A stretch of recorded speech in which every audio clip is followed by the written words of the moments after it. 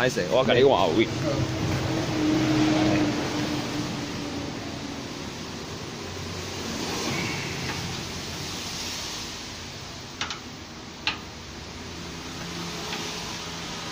这是几号的10号。10号的。嗯。这种呢，这边的话是不用常在拆的。这边不常拆。不要常拆啦，因为你除了肉眼判断说有脏东西还是怎么样。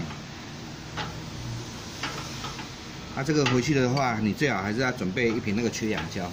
缺氧胶。这种。五金行拢有在卖，你家己讲缺氧胶的。缺氧胶，好。缺氧胶。一般讲螺丝胶啦。螺丝胶。缺氧胶、螺丝胶，哇，伊这就是八卦的。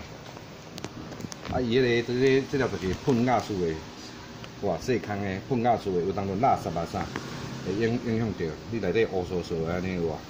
你这个回去就是稍微泡一下那个沙拖，泡一泡，然后那个拿个牙刷啊什么，稍微刷一刷，里面稍微清一清，想办法清啊，用水柱这样清。所以它红火其实是因为那个的关系。也有这个也会影响到啦。好。因为基本上如果你不是大火的那个炉头变形的话，就是这一颗。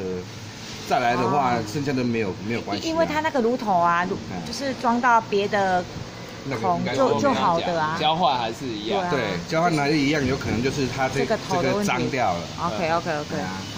好，啊你这就是缺氧胶，好，包括洗好的时阵，气头搭。